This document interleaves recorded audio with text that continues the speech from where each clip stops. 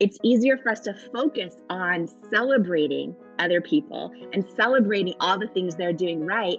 And then when we focus on ourselves, it's the opposite. And then we start telling ourselves in our own head, we focus and hone in on the things we're not doing enough of, or the things we're not doing right. And then Yes. those get bigger. And I think it's a really powerful thing. And even an exercise to do this week, by the way, to really just take note of and be aware of the things that you're saying to other people who you love and care about and or work with or just met in the coffee shop, the things you say to other people, and then even write down 5 or the 10 of the things you actually say to yourself in your own head. And even just doing that simple exercise, it's eye-opening. Do you wait on your weight to live your best life? All right, this is a video, has nothing to do with your weight, whatever your weight might be, nothing to do with that. This is a video about, are you waiting on your weight to live your best life? And how do you stop waiting on your weight to live your best life? And what has waiting on your weight already cost you in your life, in your relationships, in your friendships, in your ambitions, in your joy? Here's the deal, y'all. I go deep into this because there's so many lies. There's so many lies that lead to self-doubt in our lives. And it is time to start embracing and igniting those truths that wake up worthiness. And one of the biggest lies I go deep into the book Worthy about is called Your Weight Determines Your Worth, which is a lie. And the chapter is called Don't Wait on Your Weight. Here's the thing. Have you ever canceled plans because you didn't like how you looked? Or had you ever, opted out of the photo or stood in the very back or didn't go on the date or didn't put on the swimsuit or missed out on a fun memory and a fun experience all because you didn't like how you looked? So here's the deal. If you've ever felt this way, you are not alone. In fact, and this is a shocking statistic, 89% of girls and women, studies find 89% of girls and women opt out of meaningful activities with friends, family, loved ones because of the way they look. It's astonishing. It's astonishing. And I go into deep about this belief that's a lie, that somehow our weight determines our worth. It is such a lie. And, our belief system, which I've heard called BS, belief system, which is usually BS, can be so powerful. And if we're not careful and if we're not aware of it, and if we don't learn how to change our limiting beliefs into beliefs that are empowering, it can come at a price that is way too expensive in our lives. I built a company called It Cosmetics where millions and millions of women felt inspired and empowered because I would take my makeup off and show my bright red rosacea and just explain how I don't see this as a flaw. Every one of us is beautiful, every single one of us. And even through that journey, I still struggled to feel enough in a swimsuit. So imagine this, I'm CEO of a $1 billion business that inspires millions of women, and I literally would struggle to even put on a swimsuit, right? I had so much body doubt. And here's one of the tools I implemented in my life to change it, because I was waiting on my weight to have fun. I was waiting on my weight to have experiences. And when I had my daughter Wonder, I'll never forget, we went to the pool for the first time. She was about 1 year old. And I had just had it. And I thought to myself, this belief system I have that somehow my weight determines my worth. I know it's a lie in my soul, right? The truth lives in our soul. It's what we know in our gut and our intuition. If we pray or meditate, we'll hear it and we'll know it. We are more than enough exactly as we are. But my self-doubt and these lies that my belief system was telling me my whole life, that your weight determines your worth, had cost me so much. And I had this moment when my daughter Wonder was 1. And I was literally about to opt out of swimming and just have my husband Paula go with her. And I just was like, you know what? I had this huge aha moment. What has waiting on my weight already cost me in my life? The answer was way too much. And when I listed out all the things, and then I looked at my daughter and I'm like, I am teaching her right now that somehow she's not enough to just wear the swimsuit and embrace who she fully is if I'm going to hold back from doing it. And I had to stack all the pain that waiting on my weight had cost me and realize, you know what? That pain is far more than whatever story I'm telling myself about who's going to judge me or this or that in a swimsuit. And that was when I completely changed my belief system. I replaced the old limiting belief of my weight determines my worth, or I'm somehow not enough, or whatever, with new empowering beliefs. Like, I am setting an example for my daughter to know she is fully worthy right now. Or, you know what? I'm going to go out there and I'm going to shake my cellulite with pride at this public pool at the hotel, because I know it's going to give another woman or man, permission to do the same, to feel less alone and more enough in their skin. Like, I had to flip the meaning that I gave to it. And I just want to share this with you today. And if this is, if you're somebody that has let how you look hold you back, whether it's literal weight, or it's the weight of other people's expectations, or the weight of worry, just take a moment and write out what has waiting on that weight already cost you in your life. And is that pain too much? And is it time to replace those old limiting beliefs with new ones? So I have a whole chapter called Don't Wait on Your Weight in here, and I go deep into how to do this. And I'm going to read you just a little excerpt that I close the chapter with, because I think that for so many of us, this has cost us way too much. Way too much in our lives. And I think learning how to distinguish between what your belief system says and what your knowing says, right? Our belief system is the self-doubt, the thoughts in our mind that we can replace with empowering beliefs. And if we are wondering, is this a limiting belief? Tune into your soul. It'll tell you. Your knowing, right? Your intuition, your knowing will tell you, oh, that is a lie. You are more than enough. So I'm going to read you an excerpt from Worthy that just kind of talks about the difference between your knowing and your belief system. So your belief system says, don't put on a swimsuit. Your knowing says, enjoy the waves splashing on your skin. Be grateful you have the mobility to move in the water.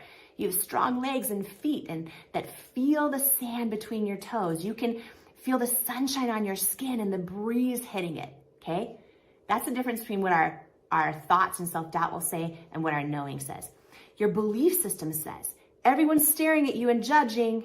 Your knowing says, your confidence in your body is giving another woman a permission slip to have confidence in hers. Your belief system says, watch your weight. Your knowing says, watch your soul. Your belief system says, the cellulite is awful. Your knowing, the truth, says, the genetic cell structure your creator designed with you is perfectly made for you and has no meaning other than what we give it. Your belief system says, I should feel embarrassed of my mom bod or dad bod. Your knowing says, be an example for your children of how they should feel about their bodies. Your belief system says, when I get to my goal weight, I'll be more successful. Your knowing says, a false belief will always leave you poor. Your belief system says, when I fit into a certain size of jeans, then I'll have peace. Your knowing says, if a belief costs you your peace, it's too expensive. Your belief system says, my babies won't notice I'm sitting on the sidelines of the pool. Your knowing says, I'm setting an example for them to one day also believe they're not worthy of swimming. Your belief system says you should wait until you're a different weight to have fun. Your knowing says, either have fun now or be haunted by the regret for all the fun you missed out on. Your belief system says when you're slimmer, that family member will finally give you her approval. Your knowing says she will never approve of you until she learns to stop disapproving of herself. Your belief system says replay that hurtful comment someone made about your body. Your knowing says hurt people, and that comment has nothing to do with you. Your belief system says judge the photo based on how your body looks in it. Your knowing says feel the gift of that moment of life captured in that photo. Your belief system says you look terrible. Decline the video call with your friend so that they don't judge you. Your knowing says anyone who judges you is not your friend. Your belief system says measure your life based on the number on the scale. Your knowing says measure a life well lived by the scale on which you love. Your belief system says skip the day of fun. There'll always be another party or reunion. Your knowing says you can never get this day back. Your belief system says wear those painful heels so your legs look longer and slimmer. Your knowing says it's time to go barefoot and run free. Your belief system says when you get to a certain size, then you'll be happy. Your knowing says whatever you do, you take you with you. Your belief system says when I get thinner, he'll love me more. Your knowing says attraction comes from the exchange of emotional chemical energy, and size does not biologically impact emotional or chemical energy. Your belief system says they told you you'd be so much happier when you lose the weight. Your knowing says that's just their belief system lying to them. Your belief system says, wait, you're not ready. Your knowing says your waiting and your waiting season are over. Do not wait on your weight to live your best life, to wear the swimsuit, to get back on the dating app, to show up as who you authentically are, to stand in front of the mirror and say, I am beautiful, literally right now. The time for waiting on your weight is over. I always get the question, and I know you do too, how do I know the difference between something I'm afraid to do and the fear is real? Yeah. And here's what I have to say to you. 9 times out of 10, I am afraid to do the thing that I know is right. Yeah. And the fear is real. Yeah. And that's why you have to get still. Yes, exactly. Now, there's another lie. So this is kind of the third lie that you really had to dismantle, which is your weight determines your worth. Whew. Yes. For every person listening, Mel Robbins, most of my entire life, I believed my weight determined my worth. What does that mean? Right now, 89% of girls and women will opt out of meaningful activities, including interaction with friends and loved ones, when they do not like how they look. We miss out on our lives when we are waiting on our weight. And by the way, for some people, it's not literal weight. It's the weight of other people's expectations that they need to stop waiting on. The weight of their own expectations, right? What are you waiting on right now in your life? And how are you letting that determine your worth before you live your best life? So this was a lie that took me most of my entire life so far to unlearn. And I created a business that was so about celebrating every person, for their authentic beauty. I was able to overcome so many lies that lead to self-doubt in my life. I was able to build self-worth around believing I was worthy of having a CEO title, right? Of running a business, of building a team of over 1,000, all those things. But I still struggle with the lie that my weight determined my worth. And it wasn't until my daughter's 1-year birthday, we're at this hotel and I'm about to opt out of swimming again because I don't want to wear the swimsuit. I want to sit in the on the chair on the side of the pool, all covered up, and miss out on this moment in her life. When I realized what has waiting on my weight already cost me in my life. And the answer, way too much. Memories, experiences, joy, like all of it. Because as humans, as you know, we're wired to avoid pain at all costs. And I had been thinking, oh, if I go out there in my swimsuit, I'll be judged, I'll be this, I'll be that. I was associating pain with that. In that moment, I flipped the script and I associated more pain with what I had missed out on, with the pain of regret, with the pain of what has waiting on my weight already cost me. And that is how I flipped the lie around. And I decided no more. And I literally took my cover up off. I shook my cellulite with joy. And I got right in that pool. And I made it not about me anymore. I'm like, me hiding on the sidelines is what I'm doing is I'm telling my daughter she's not worthy of her body either. I am not, like that lie has got to stop now. The moment we step into our power, that is when we give other people permission to step into theirs, right? And now every time I will walk around in a swimsuit, all I think about is, I would never care what someone else looks like. People do not care what I look like. This is about like living life with no regret. This is about inspiring other people to embrace all of who they are and start considering what has waiting on your weight already cost you, right? And when we think of it that way, that is almost way more painful than the fear that we're making up in our heads about just living our best life as who we are, exactly as we are. Do you believe the lie that you should only be seen when you're happy, right? Do you ever like hide all your other emotions and maybe put on this sort of like fill in your name uniform of the person you feel like everyone wants you to show up as, even though inside you might be feeling a whole lot of other things?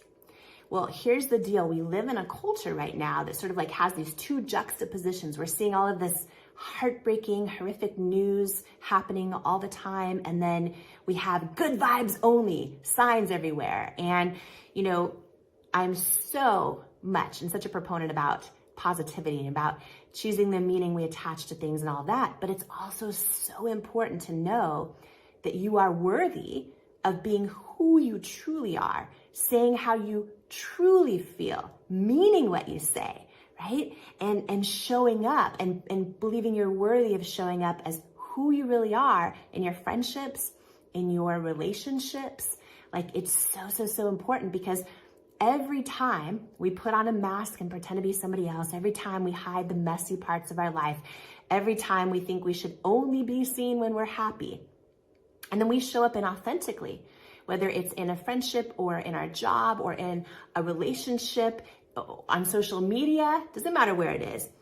Anytime you show up inauthentically, you are actually telling yourself you are unworthy of being who you truly are and feeling what you really feel, right? And it starts to chip away at your self-worth. And self-worth is everything, because in life, we don't soar to the level of our goals and dreams. We stay stuck at the level of our self-worth. We don't rise to what we believe is possible. We fall to what we believe we're worthy of.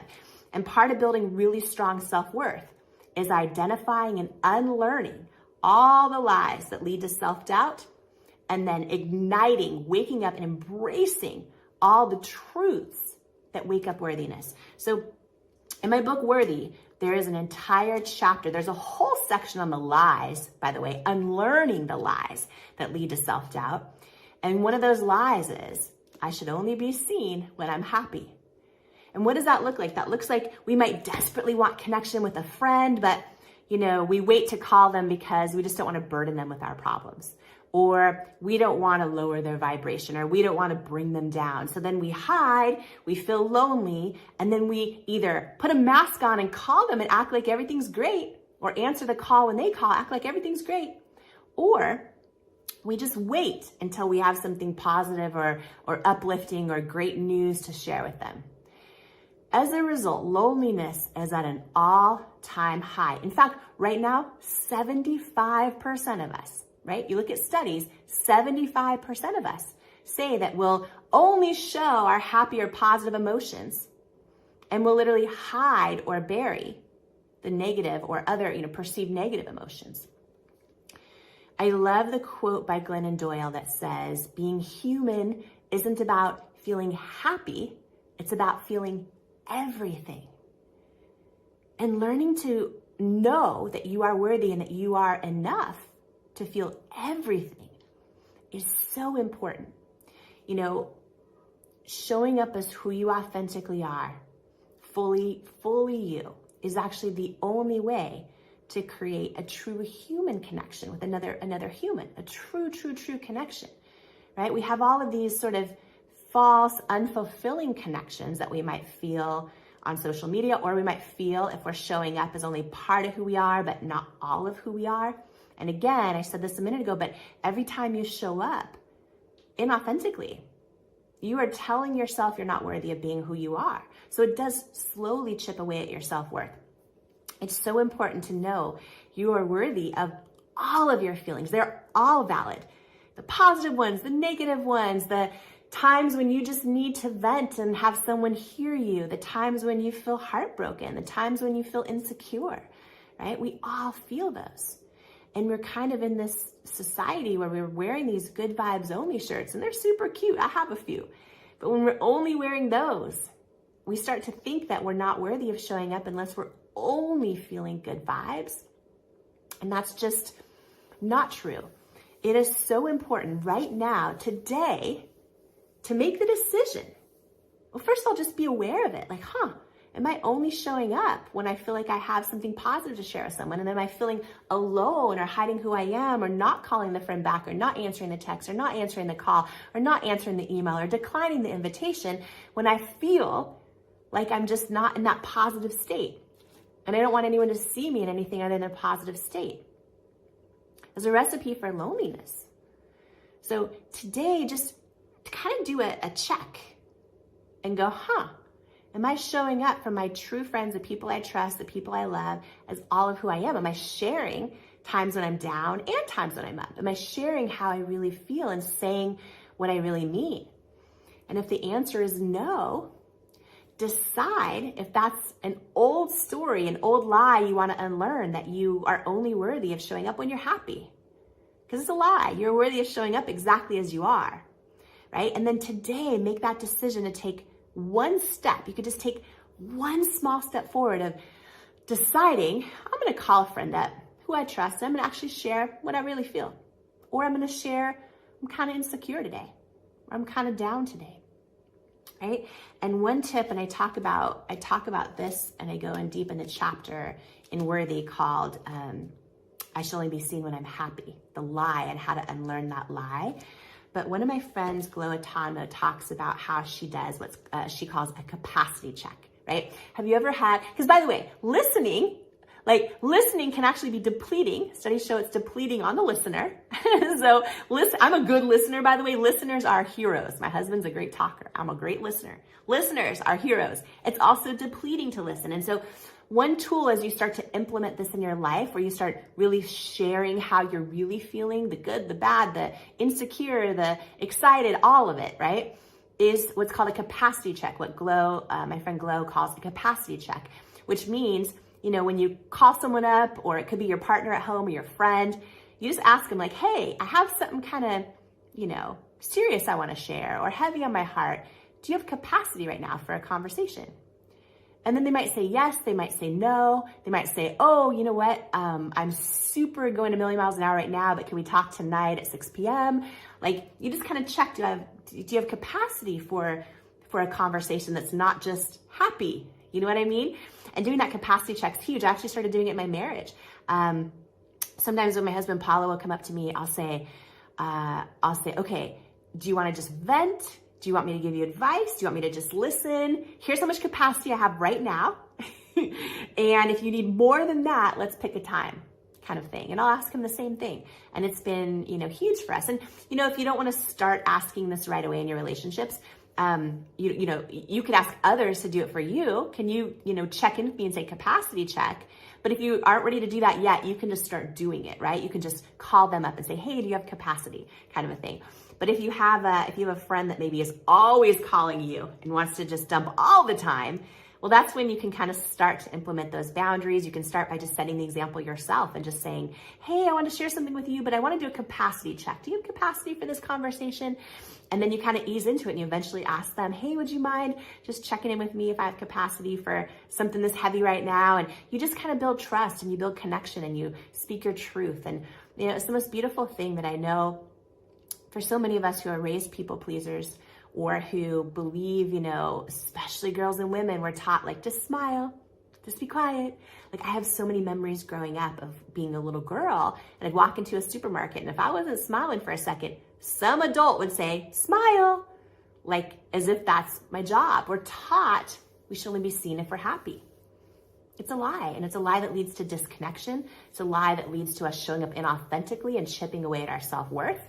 So the time to unlearn that lie has come, because you deserve to be seen when you're happy, when you're sad, when you're insecure, when you're lonely, all the emotions, the good and bad. You are fully worthy of every single one of them. I want to go back to your own story. Do you remember how old you were or what situation you were in life when you first realized, this could be a little girl, teenage years, whatever, that you were struggling with self-confidence? I think there's one moment I can remember, and maybe a lot of people actually will have this moment in common. Because I think a lot of us have this experience when we, as little kids, we, have opinions and know the answers and this and that. I remember more than one moment where this happened, but I think the first moment is the most powerful. And maybe a lot of people listening to us have had this moment. I can remember as a little kid, like the first time in the classroom, knowing the answer. And for the first time ever, deciding not to raise my hand. Like the first time self-doubt kind of like took over, and I had thoughts like, well, what if I'm wrong? What if I get made fun of? What if all of that, right? And I think for a lot of us, self-doubt can get so loud, and all of a sudden, before you know it, we're adults and parents and grandparents, and we're still in a spot where we can again be having all kinds of worldly success, but no, deep down inside, we're still not raising our hand. And what that can look like is, oh, my business is doing so phenomenally well, but I actually have these really like God-sized dreams about it, or different types of ideas for it. But I'm afraid to actually put them out there or take a chance just in case I fail. I think who I am with these ideas maybe isn't enough. Maybe I'm inadequate to actually lead my team to that next level. So so many of us are still that person, still not raising our hand, even though we're able to check enough boxes around us to hide it. And so, for me, I can remember when self-doubt started to kick in, and then I remember a number of moments in my career. And I know you go deep on your show, deep on your podcast. But and maybe a lot of people listening can relate to this, especially people in a leadership position, or who's leading a team, is, I found myself in many moments in my life knowing how to do enough to do that well, but also knowing deep down inside, I didn't feel like I was enough. I felt often like I'm an imposter. Do I have what it takes to do this? And there were many moments where I did doubt myself out of my own destiny. So I think while a lot of people might know my story is, Denny's waitress builds billion-dollar business, or first woman to hold a CEO title in L'Oreal's history of any brand in their 100+ year history.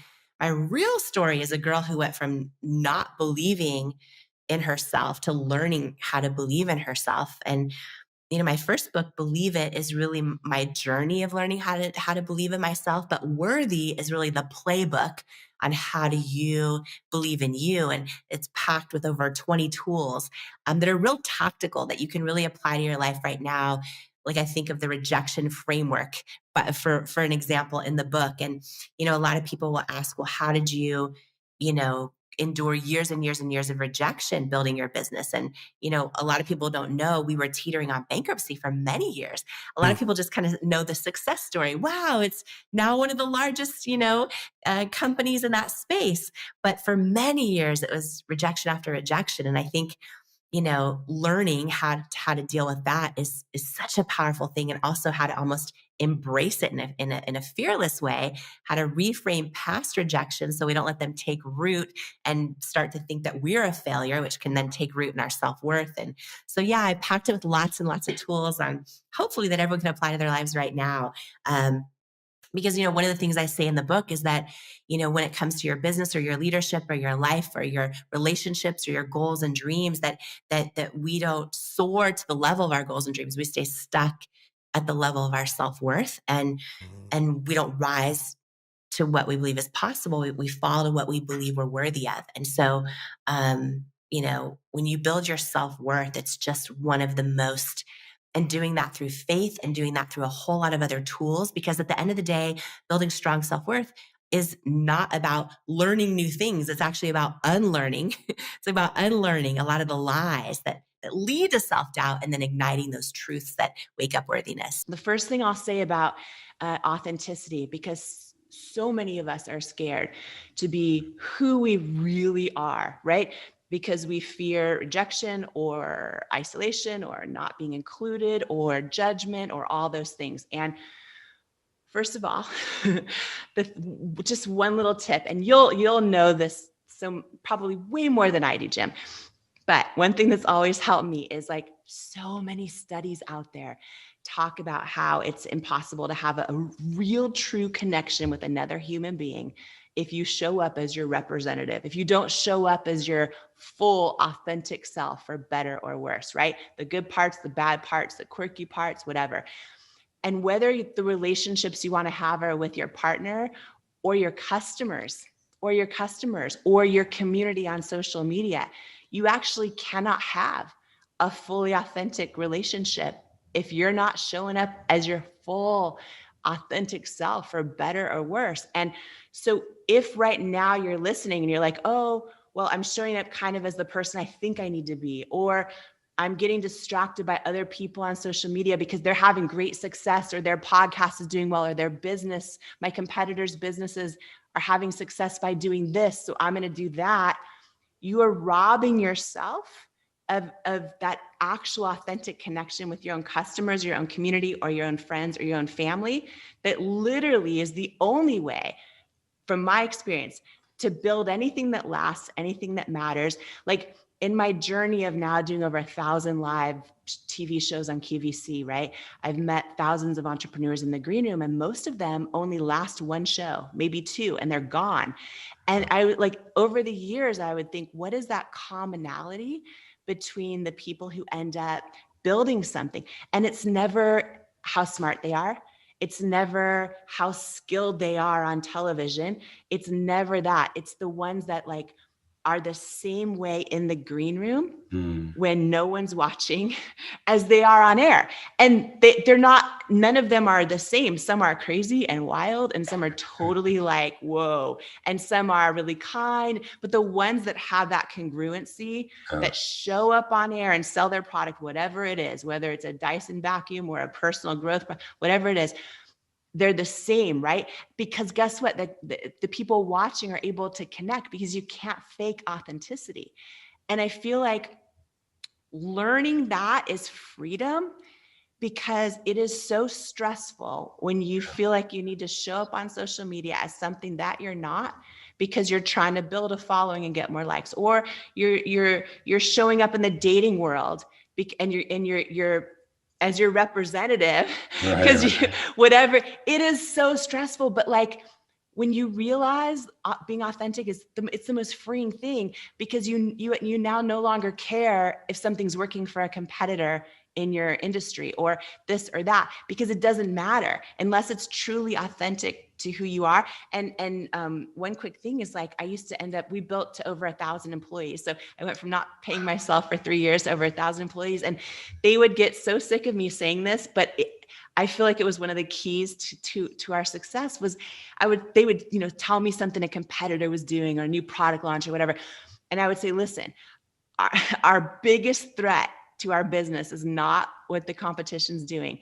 It's the risk of us getting distracted by it and like getting tempted to dilute our own authentic secret sauce. That's it. And it was kind of like staying true to that helped us actually build something that mattered. And listening to that, even sometimes when the experts out there, or in my case, the retailers were telling me they didn't believe in it. And one more quick thing is just in this process, because you mentioned, the people around you, if they're doubting you, right? Another big tool just to share with everyone listening that helped me is just everybody around you in your circle, whether it's friends, a partner, people you work with, whoever, they're only capable of believing in your dream, whether they realize it or not. They're only capable of really believing in it usually if, like, their own lens they're seeing it through of life experience and limitations has already proven to them it will be successful, right? Like, so many people, even experts or visionaries, like, they would never admit this, but like, if you're doing something new or novel, or maybe it's been done a million times, but you're doing it your own way, it's really hard for anyone else to ever think it's going to be successful because they've never seen it be successful before, because it's never been done the way you're going to do it. So keeping that in mind, and Jim, I would have this imaginary volume dial, and everyone listening has this. Okay, imagine you have your control over your own volume dial. I think one of the biggest keys to overcoming self-doubt on your own journey, whether it's to start painting again, or to start writing that book, or to just freaking go online and make an online dating profile and put yourself out there, right? I think, like, one of the biggest keys is learning how to control your own volume dial with who you let speak into your life about what. And what I learned, and again, I share a million things I did wrong in this book too. Our topic is on focus and discipline. Yesterday, I talked about how, we have to realign our weeks sometimes. Actually, I was on the Growth Day members only area yesterday talking about how aliveness and connection and meaning are what we're after. Yeah. And if you feel like you're lacking focus sometimes, maybe it's because what you're doing isn't the things that brings you enthusiasm, joy, purpose, mission, meaning. Maybe it's sometimes you're just tired, you're wiped out. So your focus isn't there because your physical well-being, you're just tired and exhausted. And so it's hard to stay focused and disciplined. And also, I shared yesterday, Jamie, on Instagram about how, sometimes the reason we're not focused and disciplined is because every time we try to do something, we speak so negatively of ourselves that, of course, the brain doesn't look forward to trying again, because every time we try again, we apply self-hate and negative speaking to ourselves. And our brain just goes, I don't want to do that, because you're just going to feel discouraged and you're going to hate on yourself.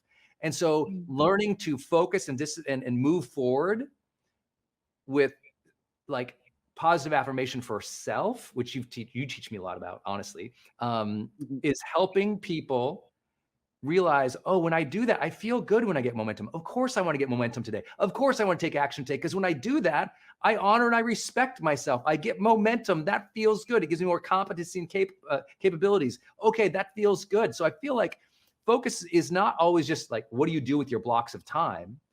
It's how are you speaking to yourself and treating yourself, and what are you really working towards? Because if you're treating yourself and speaking to yourself well, and you have that buoyant energy mentally and emotionally, spiritually, that comes from honoring self, and you're doing things that you really care about, focus and discipline get way easier. Yeah, that's so good. The words we say to ourselves about ourselves are like the most powerful words, right? And yeah, and I think that's really big. And I think, this is a really important topic for everybody, whether you're an entrepreneur or someone starting a dream or someone just looking to grow or have a better relationship or a better family. That a lot of times, like, and when people do the self-analysis, Brendan, I think this is really powerful, because I think we all realize, oh, sometimes we're guilty of this, like, that we say things to ourselves about us that we would never, ever even think about saying to another person. You know what I mean? Like, for some of us, it's easy to see our friend and go, wow, they're an amazing parent. But then to ourselves, we're like, oh, I can't, like, I made the frozen microwave dinner for the third day in a row. I'm like the things we say to ourselves, right? That we would never. And also when it comes to focus, I feel like it's easier for us to focus on celebrating other people and celebrating all the things they're doing right. And then when we focus on ourselves, it's the opposite. And then we start telling ourselves in our own head, we focus and hone in on the things we're not doing enough of, or the things we're not doing right. And then Yes. those get bigger. And I think it's a really powerful thing. And even an exercise to do this week, by the way, to really just take note of and be aware of the things that you're saying to other people who you love and care about and or work with or just met in the coffee shop, the things you say to other people, and then even write down 5 or the 10 of the things you actually say to yourself in your own head. And even just doing that simple exercise, it's eye-opening. It's eye-opening. Yeah, if most people heard their internal chatter, they would have so much sympathy for themselves. They'd say, "Oh my gosh, I can't believe I speak to myself that way. No wonder I'm not focused. I feel terrible." What's so important, I think, in this new world where everyone's so busy and distracted, we're all doing these things, is to really elevate the conversation about wellness, well-being. We learned that in the high performance research, right? It's like the highest performers, the longest term successful people across the world, in 190 countries, the top 10 to 15% of most successful people in both well-being and happiness, positive relationships, and external success, like wealth or perceived goal attainment. That well-being piece, the sense that they have positive health, mental, emotional, physical, was critical to their long-term drive and success. And so some of you've been so like, Jamie and I keep reminding people, like there's times in your life when you're a launch window, when you are so focused and you are so disciplined that some things get compromised. Like I'm sure Jamie would love more sleep and more time with her family, hands down, right? And friends and people, right? We all have these launch windows. But in general, we have to make sure we are always training our mind and our body to be at ease, to be at peace, to be in a wellspring of health, because then it's so much easier to be focused and disciplined. People ask me all the time, like, how do you create this much content for this many years? I'm like, because I feel good. You know, I had a brain injury in 2011, and I had a huge book deadline. We had passed like 4 million people on Facebook following us. We had, you know, that was I think one of my first years earning like tens of millions of dollars. I had no idea what the hell was going on. Life was just going so fast. I felt like I was in launch windows all the time. And then I got in an accident and got post-concussive syndrome. And I felt terrible. And I, you know, snapped my wrist off. So if you ever see my wrist, I got this big piece of metal in here. I, you know, threw out my hip, dislocated shoulder, broke a bunch of ribs. And most importantly, I scrambled my eggs. You know, I got my brain rattled pretty hard. And I had 6 months after that where I struggled so much with not just focus, not just discipline, just feeling like even showing up. Just feeling like even showing up, let alone focus for an hour, let alone be disciplined, you know, to say no to the bad things and yes to the right things. I just feeling like showing up was so friggin' hard. And it was so awful of an experience. I said, I am going to learn to completely optimize my brain health. I'm going to learn to repair my body. That's when I got into like a ton of mobility work, a ton of flexibility work, started like training differently so that I had greater range of motion. It's when I said, you know what, I'm going to do all the things in the morning to set my brain up for success throughout the day. You know, that's what the original version of the high performance planner was born. Just, I did that for myself so I could organize myself and just set yourself up for success. Because I feel like the good news is if you suffered or you felt bad, you know, you don't want that anymore. So how are you training yourself to be better? That's what high performance is all about. How are you training ourselves to be better so that it's actually easier to perform than have to like grit and bear it and like, I don't have to like fight to create joy and content in my life because I take so good care of myself that it flows, right? That I'm not blocking source. I'm not blocking my heart. I'm not blocking those things. And I think that's been a big secret to my success. That's huge. I didn't know that's where the high performance planner originated, actually. Because I was a hot mess. Look, it's right here today. Look, this is the high performance planner. I write my daily version on it because I have my journal version too. So I feel it's like, even this morning, I'm lost without that piece. But I also just want to encourage everybody, if you've never had, I say this to high performance people all the time, if you've never had that 1 year of your life where you absolutely went for it to take care of your brain health and your physical health, if you've never had that year, give yourself the gift of that this year. You'll be so, most people have no idea how terrible they feel until they feel great. And then they're like, oh, I want to live here. I want to feel great. So train yourself for that. Train yourself. I think you'll all be surprised. You don't have to run marathons or do crazy superhuman biohacking ninjutsu on your, you don't have to take 1 million supplements. What we need you to do is ask, how can you take care of yourself better? Because I promise the focus and discipline gets easier. That's so good. I see a lot of people in the comments too, talking about like one small step at a time, taking that step. And I think something you just said is huge, because we're always typically so focused on goals with our career or our families or this or that. And you're kind of just saying, like, when you feel so good, when you feel good and you feel the day, everything else is at a whole other level too, right? So it's like that foundational piece. And for me, that's a big thing coming up this year, is focusing on health for a decade. Building at cosmetics, building this company. But like Brendan, for the first 3 years of the business, I could never, I was in the season of rejection and setback, where it was like 3 years of everyone saying no. And then by the time we started getting momentum, and by the time we started growing, I almost couldn't believe the success was happening for a while, or that I was worthy of it, or that I deserved it, or that all of that imposter syndrome kicked over. And I was just driving myself so hard to the point of burnout for a number of years. And I always felt like I had to strike while the iron's hot. And the one thing that I look back on and wish I had done differently was, I don't think you have to live in burnout or in that grind to actually have the kind of outcome that you want, right? So how did you and Paulo believe it, even when you maybe shouldn't have believed it? How did you keep each other positive on this journey of rejection and a ton of no's? Yeah, it's one of the hardest things to do. And I think that when I look back, like, there was a lot of mistakes I made, a lot of times where I put experts' opinion on a pedestal instead of my own faith and my own inner knowing, right? Which is so tempting to do. And so, one story I think that really captures, because I think so many of us connect through the power of story, right? And captures like some of the things we did that helped us believe, helped us stay positive, helped us keep going. And they came out of some of the toughest moments. So we were a couple years into the business. It was so hard. We were down to under $1,000 in our bank account, which was not just our company bank account, it was our personal bank account.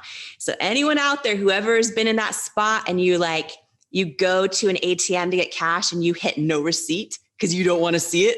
You know what I'm saying? Like, that's what you can't, like, that's where we were at. And dollar hot dogs from Costco on the counter outside. Anybody who goes and eats it. The good thing is those taste good, but it was like, how do we conserve every penny we have? It was like a season like that.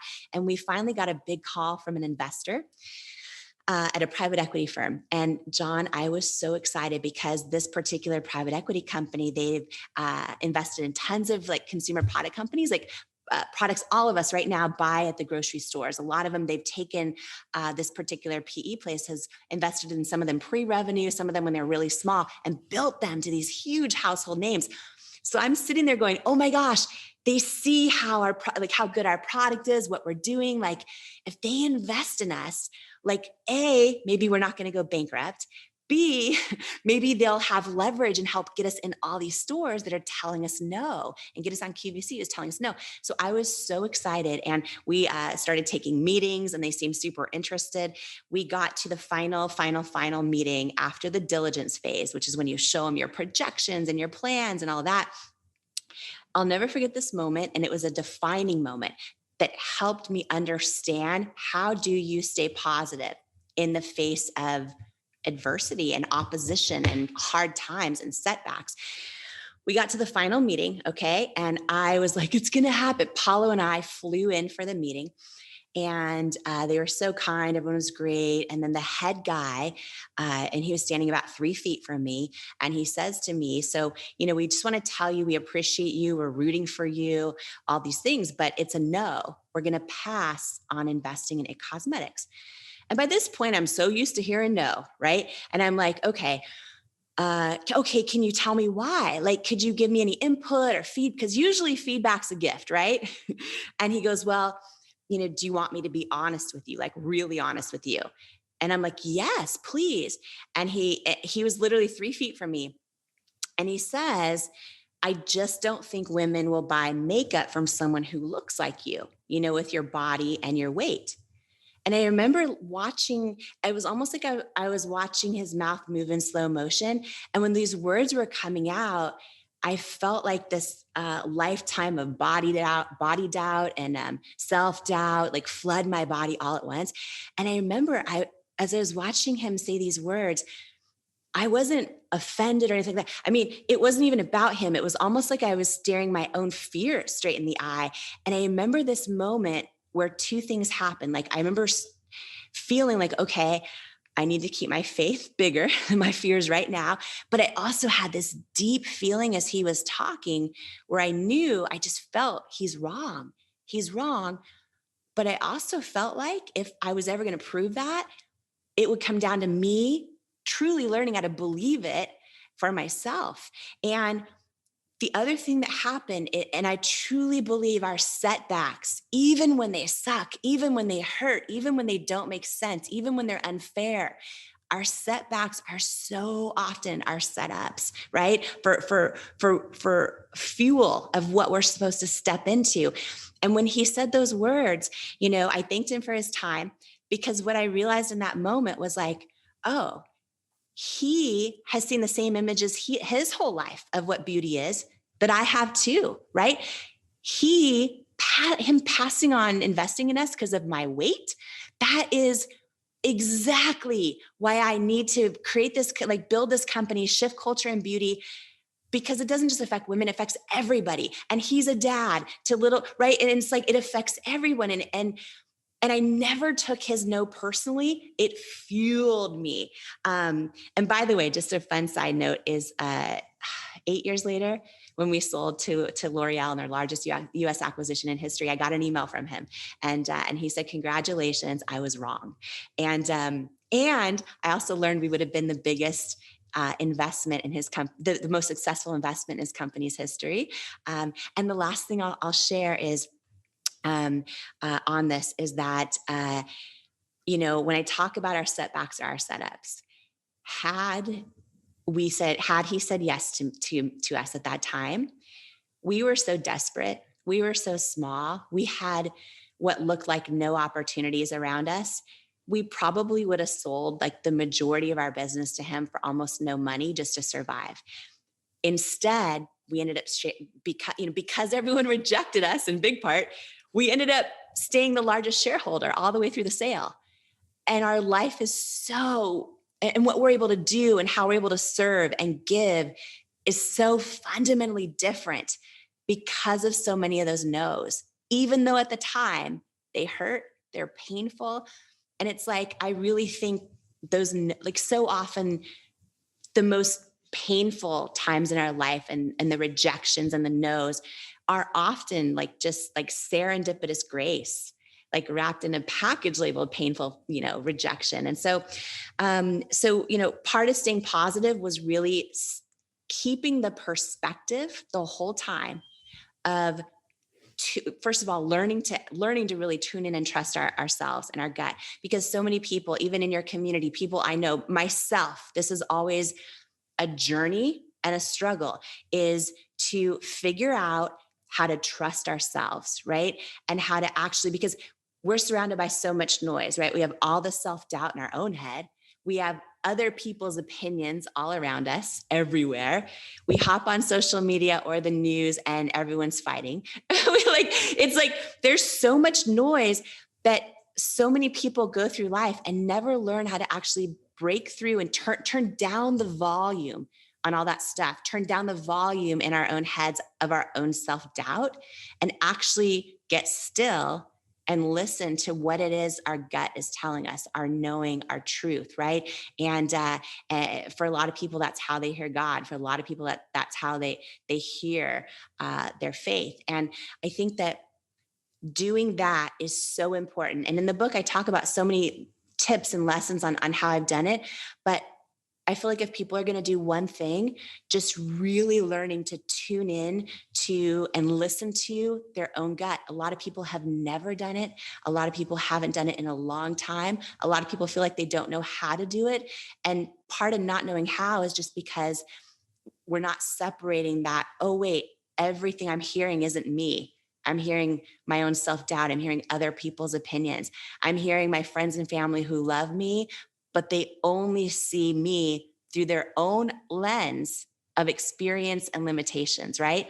We have to learn to turn down the volume on all that, get still, listen to our gut, because at the end of the day, it's the single biggest way we're going to step into all of who we are, all of who we're called to be.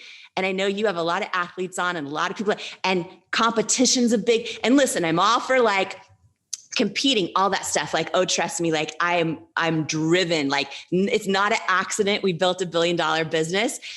But here's what I know to be true for anybody listening, whether their dream is to start painting again or to write a book and just write that first page, whatever it is. And I think this is so important, by the way, because now we're seeing social media everywhere and it's so easy to fall in that comparison trap. When it comes to competition, the biggest thing that I know is true. And I think when we focus on this is another way to stay really, really positive also. And it's true, is that we're not here to compete with anyone else. Like we're here to compete with like who God made us born to be. Like we're here to compete with who we know deep down inside we're capable of becoming. And when people really look at it that way, they're like, oh, that's when you know, oh, I'm not in the right job, or oh, I need to start taking that dance class, or oh, I need to, all those things we know deep down inside if we're on that track of stepping into all that we are and all that we're created to be. It's so good, Jamie. I often say that man's rejection is God's protection. So you're definitely being protected during that time, no doubt. Why'd you write this book? I literally wrote it because I feel like, every single thing I've gone through, for me, it's worth it if I can help, if it can be of service to someone else. Like that's it. For I think 8 years, I've had lit agents wanting me to do a book, hiring a ghostwriter, all that. And I said, no, I didn't do it because I wanted to write every single word myself. I wanted it to be so authentic that I know that like and that's what I believe part of everyone's calling is in life. That's why I think everyone has a story to share. Everyone has. For me, it's like I've figured out the hard way how to, create a new circle around me. I figured out the hard way how to endure hundreds and hundreds of no's and rejection and get back up and keep going. I figured out the hard way how to nurture every relationship. And L'Oreal was a no for 3 years. And how did I navigate that to turn it into a $1.2 billion cash deal and have them make me their first woman CEO of a brand in their 107-year history, right? How? For me, the bigger win isn't those things. The bigger win is if I know I lived through all that and someone else on their own journey of going from not believing themselves to believing themselves, like learning how to trust yourself, right? Learning how to know you're enough, learning how to know like, oh, this is how I hear my gut, how I step into all that I'm called to be. That's why I wrote this book. And one thing to share, because I literally love what you just said. And I love listening to you as a mentor before I met you, right? Oprah, and by the way, books have been my mentor too. When we talk about creating a new circle, it doesn't necessarily need to be people, right? It's just the right voices that you're letting in and that are fueling you. Like I watched Oprah my entire life. She was my mentor from afar. and I had never met her. I share a crazy story in this book about when I did meet her and how she became my mentor in real life, and how she was the very first person to read this book cover to cover, by the way. And I wanted her blessing on some of the crazy stuff I share in here about her and about everything that's happened. Tony Robbins, right? Like when I was a Denny's waitress, as you know, I would save my tip money to buy his personal power tapes. Like hearing those audio tapes for me, whether it's a book, right, help me believe that where I came from doesn't determine where I'm going. And so that was someone in my circle who I had never met. So when I was just with you and him speaking, doing a keynote on his stage, full circle moment, right?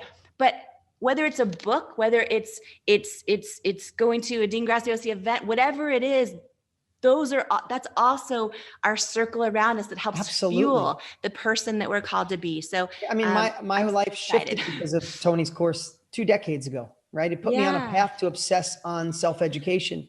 And again, I would tell everybody, if any of this podcast resonated with you today, share it with a friend who needs it. Like it takes a second to screenshot it, send the link, get them to go listen to this, and for yourself, go grab the book. Again, I know Jamie personally, I know her passion behind this and her experience. I can't wait to get the audio because I will burn through the entire audio. I know you recorded the whole thing, so congratulations. So before we go, how do people go get the book right now? Oh yeah. Okay. So you can, oh yeah. And I have really cool free stuff this week for launch week.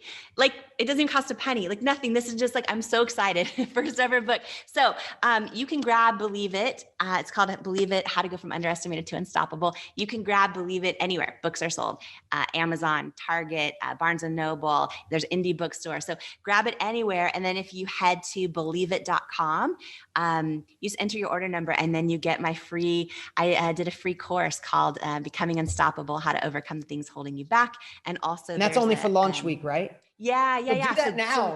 Do it now. Do it now. This podcast during launch week. So go, you can, and what's the URL again? I'll put it in the show notes.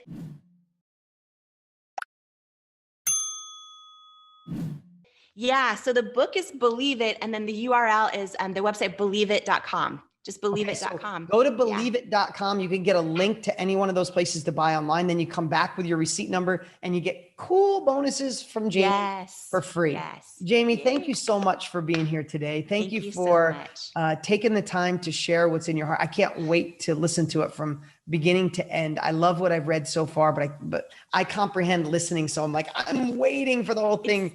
I do both too. I love both because sometimes I love it. Yeah. Thank you. I'm excited. Do you feel that your faith and your intuition is the same thing? Is that the way that God speaks to you or the higher power speaks to you to guide you on the choices that you're making?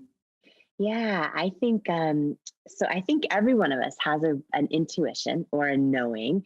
And I think a lot of people haven't heard their knowing in a long time, but I think our knowing is always right. And for me, yeah, that's how I hear God talking to me is, I've never heard him speak out loud. But I hear it through that kind of that still small voice or that knowing or that gut instinct. And,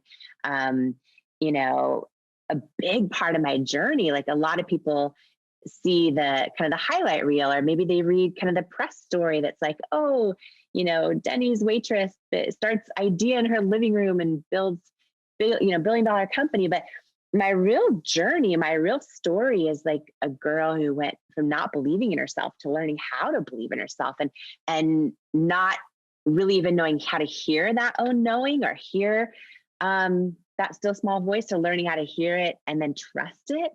And I think with every woman, but also every business owner, every esthetician, every spa owner, I think that, I can talk about business and tips and all that for a million hours. But when I look at what made the difference in my journey, I really think it was learning how to go from not believing in myself to believing in myself, and learning how to hear my gut and then make this decision to trust it. I think so many times we are surrounded by so much noise, so much uncertainty, definitely in the last 14 months, so much noise, and our self-doubt has grown so large in the last, especially 14 months. But then we have, the noise of the self-doubt, but then the noise of other people's opinions, the noise of how difficult like in my journey, I had lack of proof of success around me for a long time about my dream. And sometimes those things can get so loud that we almost can't even hear our own knowing anymore. And so I feel like, it's so important that we all learn to ignite our light again, because we've been dimming it for a while, but that also we learn really, I think the victory in life is learning how to get still, how to hear your own knowing, and then making the decision to trust yourself. That's when I think we step into our calling and into the person we're born to be, versus like staying in our comfort zone, in our self-doubt, and talking ourselves out of our own truth. So yes, you listened to yourself. Yes, you trusted your intuition, but yes, you also worked 100-hour weeks, right? Yeah. So which I don't think I needed to. Well, go ahead. I'm going to get on her. I did so many things wrong, Daniela, so many things wrong. And I share them all for the first time in this book, because I don't want people to make the same mistakes I made. And you know what I mean? If I could save anybody nights crying themselves to sleep or self-doubt, then it's all worth it. Well, it's what's really interesting to me. So in the past, COVID, all the things, right? Estheticians have done a lot of pivoting, and there's a lot of women out there who have said, hey, I want to start my own line. I realized I was going 100 miles an hour this way. And when I had a moment to pause, I realized I actually wanted to go that way. And so there's a lot of people interested in private label and formulating and all the things. And you've got to have drive. You've got to have, your why has to be in the right place. But you got down to less than $1,000 in your bank account and you kept going, right? That's scary. That's scary. And what I'd like to do, Jamie, is I'd like to hear about a couple of them that I would call not headliners, meaning we're going to talk more, and I want to hear more about you being rejected. I want you to tell the story about someone being really rude to you and then working for you later on, because I think that's just so much fun. I love that. I want to hear about you getting turned down and then being the dominant product producer on the show that turned you down. I want to hear all that. Your resilience is amazing. But there are some things you did in the early years that are not as public, that were private sacrifices that you made, that Paulo made, that were painful. Could you tell me about one or two of those that don't make the magazine article? Yeah, so many of those. And thanks for asking about those, and also about rejection. I think that the thing that fills my soul talking about this is I just know there's people that are listening or watching this right now that like feel like they're alone in their rejection, because when we're going through it and we are taking a step of faith and putting our idea out there, or we're leading a team, right? This is the thing I find. I've had the blessing of meeting tens of thousands of entrepreneurs now in my journey. And so many people feel like once they are the boss, or once they are the leader of the team, they're supposed to hide their self-doubt or they're supposed to like be embarrassed about their failures or their rejections, or it's only them. But especially with entrepreneurs that take that step out there, in a world where everything looks good on social media, a lot of people feel alone when it's not working out behind the scenes, or when it doesn't feel behind the scenes like it looks online everywhere. Right. And, you and I were at an event where Albert Tate talked about this idea of being overexposed and underdeveloped. And I've just been obsessed with that idea recently, because I think that this is a really big topic no one's talking about. So many people right now who are entrepreneurs, who are leaders, who are launching their dream, are in this new world where everyone has direct access, direct to consumer, and everyone can be an expert. Everyone can, look like they have a great business. And so many people right now are overexposed, but underdeveloped. And I think that is a big risk. And so, when it comes to the development part, I look at a lot of that as what you're talking about, those early years that a lot of people don't know, those sacrifices that I'm super honored to share, because I know someone out there needs to hear it and know that they are not alone, and it is not all glamorous, and it's not just them. And it's, and I believe, Craig, that no matter how hard or unglamorous the situation, or how big the setback, or how painful the rejection, I believe it is I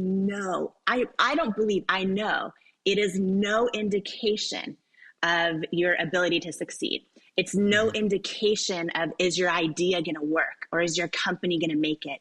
Because the more conversations like this that I have with friends, and I love that we're having this one publicly on your show, and I've had a lot of these privately of people that have built huge companies.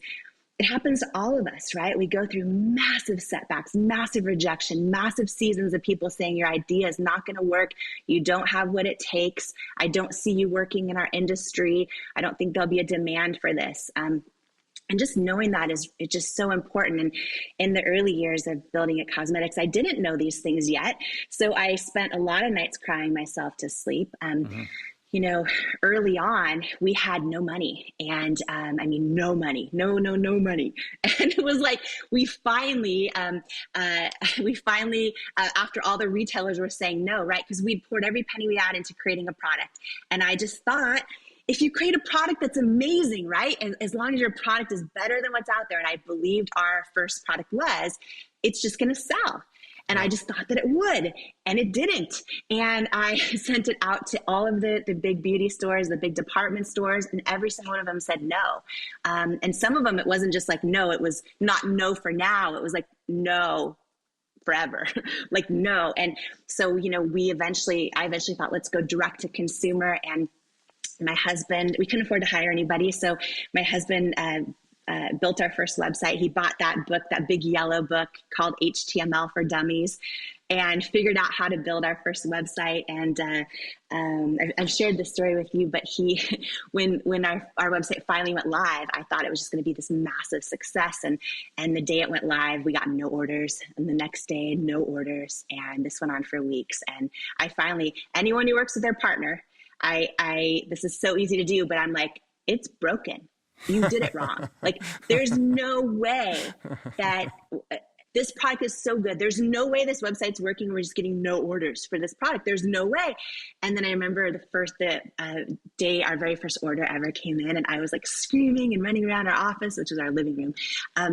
And he says, that was me. I placed that order to prove to you our website's works. Not broken. Yes. Yeah. And I was just like, oh, and this went on for a long time. And, you know, every penny mattered.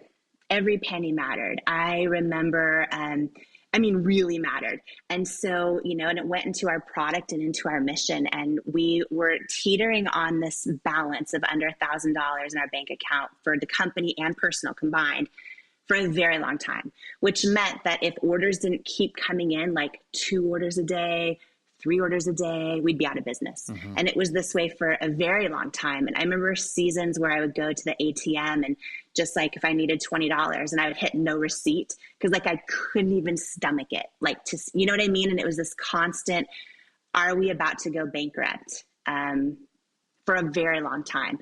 And it's tough when in those moments, and then one big thing to share, just in case someone needs to hear this today, when we finally got on QVC and had been on for a little while, which is a long story I can share in a minute if you want me to, but all of our money was tied up in working capital at that point. So we still weren't paying ourselves. We still had no money. And I found out this giant competitor, who was also on QVC and all the department stores, they loved the product. They saw we were starting to have some success and some momentum, and they were huge. And I learned that they went to our manufacturer, and they paid them off to get our formula. And it was so legally we owned it, right? So, but we couldn't afford to sue anyone or do anything. And I went through this devastating season where I learned they're about to launch this exact duplicate of our formula, of our product, on QVC and in all the department stores. They were everywhere. And I was just like gutted and literally physically sick to my stomach. Like, everything we have in our life has gone into this for years. And this product is finally getting momentum. And now this huge competitor is going to swoop in. And by the way, their brand positioning, their DNA of their company is totally different than ours. Like our positioning as our company was clinically proven products, amazing for your skin, real women. And theirs was totally different. And I was like, this product doesn't authentically fit their brand positioning. They just saw this under the radar company getting momentum and thought they can make it big with our product. And I guess that's what happens everywhere in business. But the lesson in this that I don't think I've ever shared on a show, so I just want to share it because I know so many people are in leadership and business listening to this, or so many people with big ideas or worried about people copying them or whatever. I learned the most powerful lesson of authenticity probably my entire life. And this is when we were very small and had no money. And they did knock us off. And then I found out when it's launching on QVC, and I sat there and I watched their launch, right? And there was nothing we could do. And this is what's tough about being small, is you have no money to do anything about anything. You know what I mean? And it's like, it's painful because no one wins when you sue anyways. And it's just like, so I worried though, Craig, that they were going to take us out. I worried that they would get credit for this amazing product because we were so small and they were so big. And they launched it on QVC. They launched it everywhere, and it just did okay. It just did okay. Meanwhile, I kept getting booked to go on QVC and sell the same product, right? People didn't know it was the same. I knew it was the same. It had a different package, but it was the same formula. I was going on, and we're crushing it. Like, numbers are huge and they are bigger than us, and it's just doing okay. And I was sick to my stomach for months over this until I watched this happen before my eyes. And I learned that lesson that you cannot fake authenticity, that nobody, like, customers are smart and you just can't fake authenticity. And this was a product that, even though it was a great one, was incongruent with their positioning. And anyhow, it was a big lesson that I learned. And I remember vowing to myself that one day we would be bigger than that company and they wouldn't even think about doing that to us. And then that happened. And we're so, and the little company in my living room is so much larger than they are today.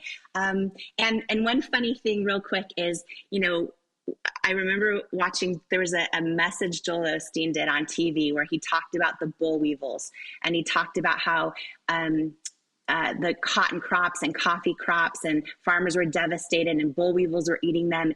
Anyways, we were so poor, but my husband made me these t-shirts, and he drew an S and a J and a J, like a superhero for Super JJ on the front, and then like a little boll weevil on the back.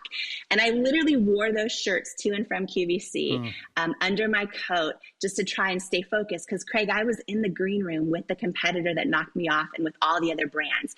And I didn't say anything to anybody because it doesn't help. Gossip doesn't help. And being anything other than professional doesn't help. And it was like I was at war.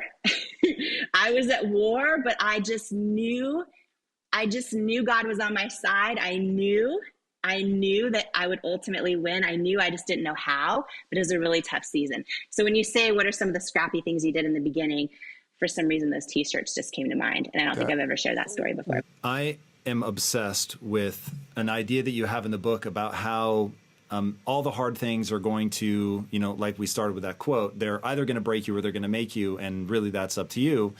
And the stories you share in the book are really, they draw you in with they're both entertaining because they're well written and well told. They're gut wrenching at times because I can imagine what it would be like to go through that. But they act ultimately as a yellow brick road in a way that I found very enticing in your book. And one of the bricks on the yellow brick road was that your father was an alcoholic. And you said something in the book that I was really impacted by, given my wife, Lisa, and what she's like. You said, you know, my dad loved me, and he was a kind and gentle man who quietly struggled with alcoholism. And the way that you described that was very generous. And you said, but there were times that you would sit and stare at the clock, and because you had to wait for him to wake up, which your mom would be off working. And so sometimes it could be hours of waiting for him to wake up, and he would wake up, or you would get to the time where you were allowed to wake him up, and then he would ask you for an hour or two. And then I just imagine you sitting there watching the clock flip until he finally gets up and you guys can hang out.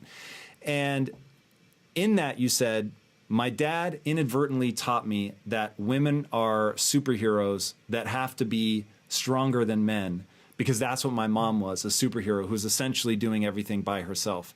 And I was like, I know that it is, Jamie, I don't wish difficulties on anybody, But man, when they're looked at from the right lens, they make pretty extraordinary people. So that's a story you tell early in the book. The yellow brick road then leads to a photo of you and 7 of your friends, so you and 6 other people.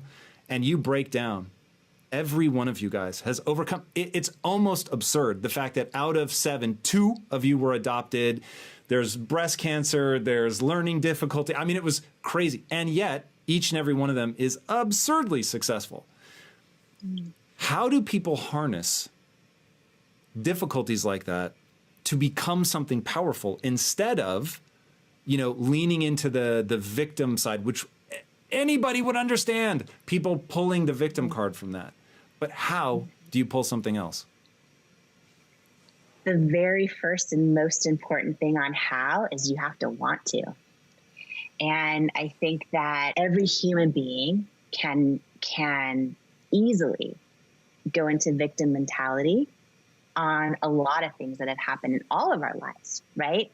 And it's a mentality that actually can, I think, reward you in a lot of ways, and also become a justification too for staying inside your comfort zone when it comes to things like going after your dreams. And it makes sense for a lot of people, right? And again, I think there's a time. I mean, I'm not going to speak to people that, I'm not going to speak to a lot of the really hard things that require a lifetime of work to figure out. What I will say is therapy is the best thing I've ever done in really understanding this. And I actually talk about that. Does it allow you to recontextualize? Is that the idea? Yeah, and to understand it at a deep level. And by the way, your show, like this conversation, to me, these are the things that are so important that we invest in ourselves and do, right? Because I don't want to stay in a place where it could be easy to stay at in my life.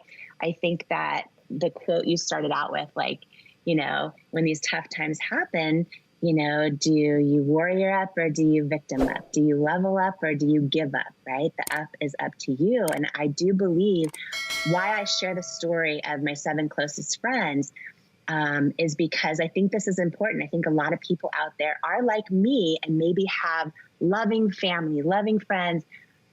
But if you were to turn the volume up on all of them and they were to be your only inner circle, it'd be really easy for self-doubt to take over. It'd be really easy to dim your own light. And I talk about my journey of how I chose my circle around me.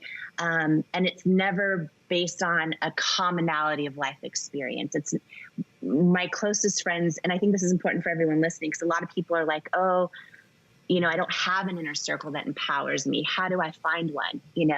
I would say impact theory and Impact Your University. That alone can be a part of your inner circle. That's a voice and conversations and information that you want to turn the volume up on. And I talk about this because I think this is universal for everyone and so important to do this. A lot of times people build their circle of friends based on who they went to school with or things they have in common and all the stuff, right? I mean, it's a group of people from work because you're around them all the time, whatever it is. And I think that that's not always the right thing. I think who your circle is so important. And for me, I go deep on this in the book and talk about each one of their stories because I want to drive the point home that who you do surround yourself with, and when you judge them by their heart and how they pour into you and champion you and don't tell you this crap you just because you want to hear it. They tell you the real truth, which is so important. They don't get jealous when you're flying high. They want you to fly higher. I talk about this commonality of traits, and yet my closest group of friends have literally almost nothing in common. Their backgrounds are so different. They have different faiths and no faith. They one of them was homeless all growing up, then lived in the projects, and then figured out how to build her own circle and become an entrepreneur. And she figured out how to turn down the volume of negativity and lack of dreaming of all the people around her, for the most part, that she was raised in. And how did she turn that volume up on her own inner light? And I share this common thread really just to inspire a mindset shift sometimes of, oh, you know what? My circle of friends, you know, each person listening right now, my circle of friends, they don't need to think like I do or pray like I do or love like I do or anything else. But like, if I surround myself with people that are truly telling the truth, loving me authentically, and uplifting and dreaming big with me, and calling me out on the BS when I start to like talk myself out of my own truth, right? Which we all do. It's a lifelong journey. Talk about the power of finding people like that and surrounding yourself with them. And I think they can be people in real life. And I also think that they can be people that you let pour into you who maybe you've never even met, like you, like your show for people. You know what I mean? I think that that's really powerful. Who we let speak into our lives and who we turn the volume down on, but still love anyway, is so important. Because one of our biggest mistakes is turning the volume up on the people just because we love them and they're our family. And then all of a sudden, that's all the noise we hear, and it impacts our whole life. Talk to me about the ability to turn the volume up and down. That was one of the things I found really extraordinary in your book. Like, if I were going to do like a spoof of your book, it would go something like this. Somebody was really fucking mean. I cried like a motherfucker. And then I walked in the next room like a warrior. Like, it's that over and over and over. I love that. Like, every time. Well, I mean, you actually have a whole chapter in the book about swinging your big balls, which we should definitely talk about. But first, give me the idea. How do you turn the volume down? When you said that earlier about the guy who said, look, people aren't going to buy makeup from somebody that looks like you. How do we grab the volume knob on something that gnarly? Yeah. I mean, it is such a disciplined practice. It's such a skill. It's hard. I mean, just yesterday, I had someone do something that I thought was like a super close friend, and I was just blindsided, and I felt so betrayed. And listen, we all go through these things, and they're hard. And one of my friends many years ago, Bob Goff is his name, he taught me this, and it just stuck. I just feel like it was so important to talk about it because this tool that Bob had taught me, where he talked about your own microphone and then the volume dial. And he basically, I imagine, right? Because, you know, that I have this microphone. Everyone listening right now, imagine you have your own microphone, and you have to get into really good practice of like who you hand your microphone to and let speak into it. And what I had to learn, one example of this is, you know, my dad, who was an alcoholic, who was a good man with a really bad addiction, and loved me the best way he knew how with his own capacity. And I remember I was, you know, working, I was always super ambitious. I wanted to get a car and go travel, all the things. So I had 4 jobs in high school. And, you know, I was working, one of my jobs, I was working in a health club, and I started as a receptionist.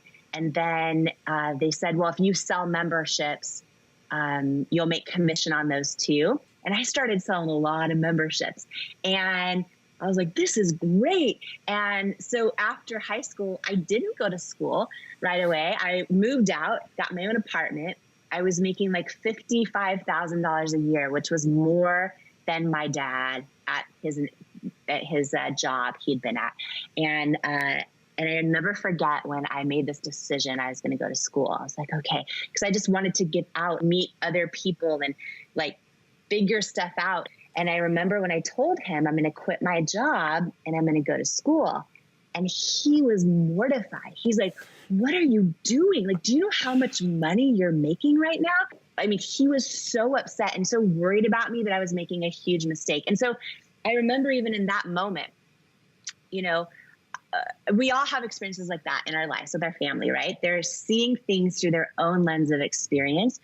But whether it's a story like that, or it's just a friend that you love hanging out with and you go to the gym with only, but anytime you share a hope and dream, all of a sudden you feel them lower your vibration. Like you feel it, right? Because they don't get it, or they don't like it, or whatever it is. Bob Goff taught me this, that basically you learn, oh, I'm going to take back my microphone from them on those topics, right? I'm going to talk to them about my workout today, or in my dad's case, what's happening on the news or whatever. But I started learning with my own big hopes and dreams. I don't give other people my microphone who are then just going to literally lower my vibration because of their own lens of limitation. And it's the skill you develop. And when you imagine holding your own microphone, listen, we all, if you were blessed to have a family or friends that you love, it's not like, you want to just X them out of your life because they don't understand your hopes and dreams. But learning to just not share them all with them, hold your own microphone, talk to them about other things, like what's on The Bachelor, or like what's going on with whatever, right? And love them, but put those boundaries in place. And then the other thing is the volume dial, and that's big. And, people have said things to us that have hurt us, probably universally. There's probably not a single person out there that hasn't had someone say something to them that hurts them deeply. And it is human nature to relive it over and over and over and over in our own head, to the point where we carve a groove and it's like it starts to stick and take root. And I think it is so important mentally for me. Like every time that dude who said no one will buy makeup from you, and there were so many other rejections that I talk about in the book. When I went to Sephora and felt like I didn't belong and I didn't fit in and all those things, a lot of times the most hurtful words we hear are the ones we say to ourselves, and the ones we make up, and telling ourselves we're not enough and all that kind of stuff. And I have to be mindful and intentional and literally imagine myself when those thoughts come up, stopping them, turning down the volume, and then turning up the volume on something else until I believe it. Ladies and gentlemen, rock this house and welcome to the stage, Jamie Kern Lima! Baby Kern Lima! Every single one of us has had someone tell us we're not enough. Every single one of us has had someone say words to us that hurt.